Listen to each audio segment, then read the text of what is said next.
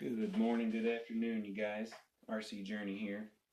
And we got a lot to discuss over the 1 to 16 scale JJRC 4x4 Transporter 2. Now this is the ready to run version, so it's 2.4 gigahertz, and it will have a 130 motor and non-proportional steering and throttle. And the extra button for speed, I haven't noticed it doing anything yet, so I just wanted to get that out of the way.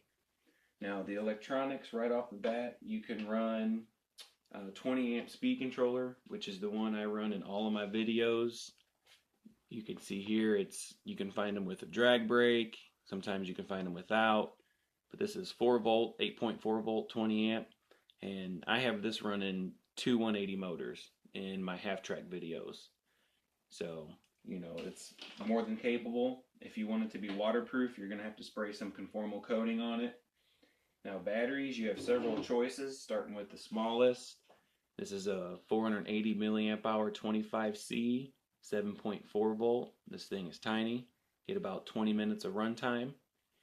And then to the next size up, you got about 1,000 milliamp hour here, 7.4 volt 20C. You get closer to a half hour with this guy, probably about $8, $10. And then the $12 to $13 battery is 1,500 milliamp hours, 7.4 volts, and this guy's pretty big. You have to do some battery tray trimming to get this guy to fit in there.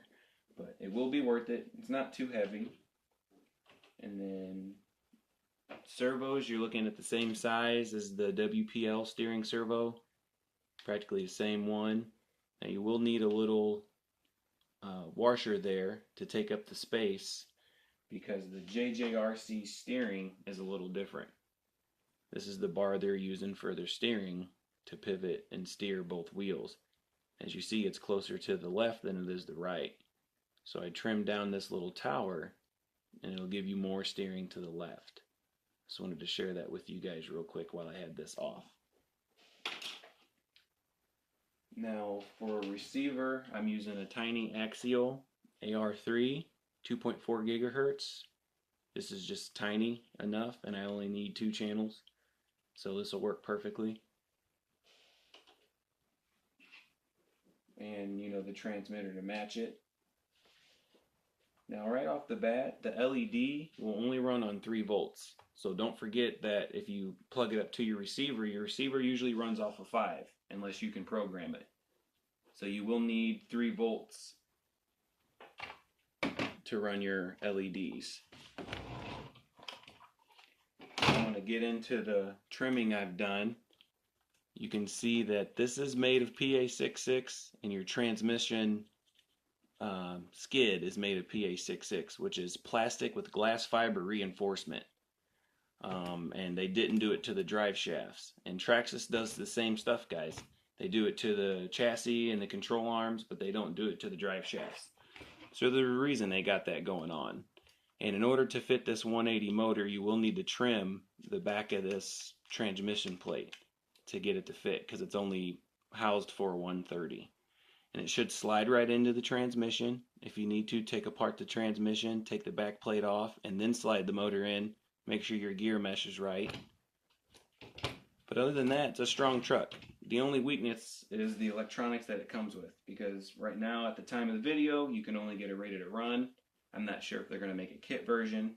If they do, I'm sure it's going to be better, because then you don't get the non-proportional electronics that you're basically probably going to throw away if you did what I did. Just I don't have any use for them. So the mods I've done so far is cutting out the tranny plate, which isn't really a mod. You have to do that to get the motor to fit. And trimming a lot of this plastic right here to the left and then to the right, and then trimming some of that because there's a lot of movement. This bar, or tower I'm going to call it, on the top of here is going to be moving up and down and in and out right there. So you want to make sure it has enough room to do that. So go through the list here. The diffs are open and they are non-sealed.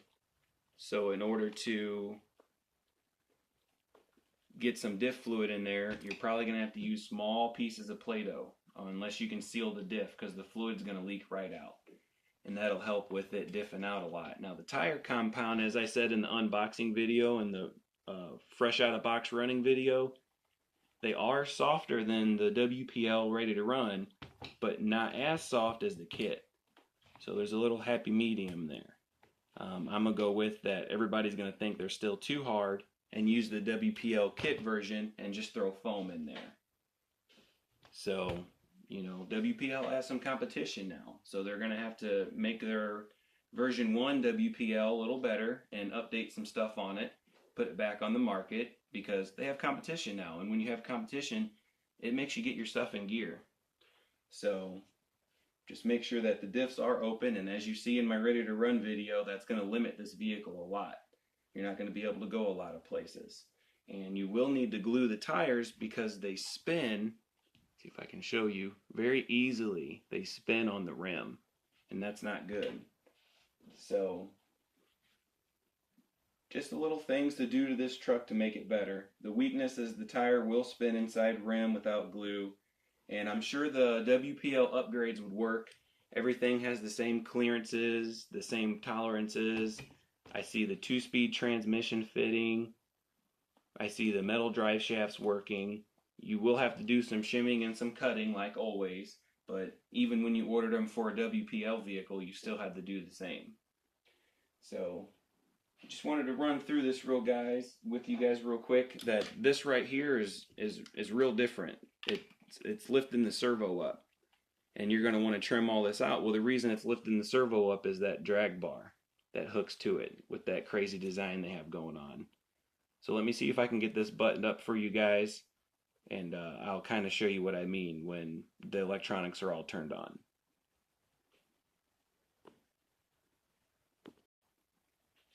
Alright, you guys, I apologize for the Frankenstein mess, but that's what you're looking at. And then, of course, when the suspension compresses, it's going to move with the screw, which that's what I was talking about. I'm not too sure how good this design is going to be. I'll test it out. Seems to be turning fine. Gonna have to adjust your dual rates.